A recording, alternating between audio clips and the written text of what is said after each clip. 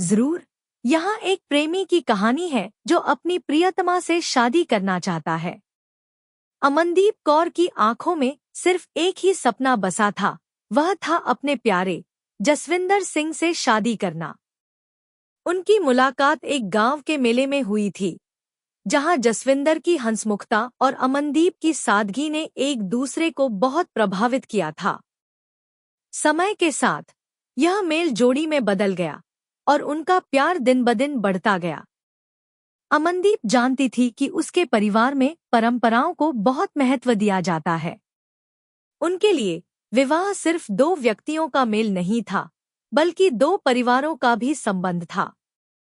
उसे डर था कि शायद उसके माता-पिता उनके प्रेम विवाह के लिए राजी न हों। जसविंदर एक साधारण किसान परिवार से था और अमनदीप का परिवार गांव के जमींदारों में से था। एक दिन अमनदीप ने हिम्मत करके अपनी मां को अपने दिल की बात बताई। उसने बताया कि वह जसविंदर को कितना प्यार करती है और उसके बिना अपनी जिंदगी की कल्पना भी नहीं कर सकती। उसकी मां ने उसकी बात ध्यान से सुनी, लेकिन कोई तुरंत जवाब नहीं दिया। कुछ दिनों बाद अमनदीप के पिता ने उसे बुलाया। वे गंभीर दिखाई दे रहे थे, जिससे अमनदीप का डर और भी बढ़ गया। उसके पिता ने कहा, बेटी, हम तेरी खुशी चाहते हैं। अगर तू सचमुच जसविंदर को प्यार करती है, तो हम तेरे सपने के खिलाफ नहीं जाएंगे। पर तुझे यह याद रखना होगा कि विवाह सिर्फ प्यार पर ही नहीं टिका होता, इसमें जिम्मेदारी और सम्मान भी शामिल होता है। अमनदीप की आंखों में खुशी के आंसू आ गए।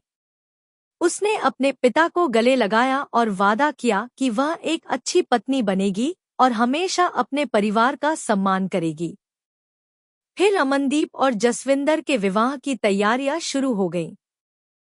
पूरे गांव में खुशी का माहौल था।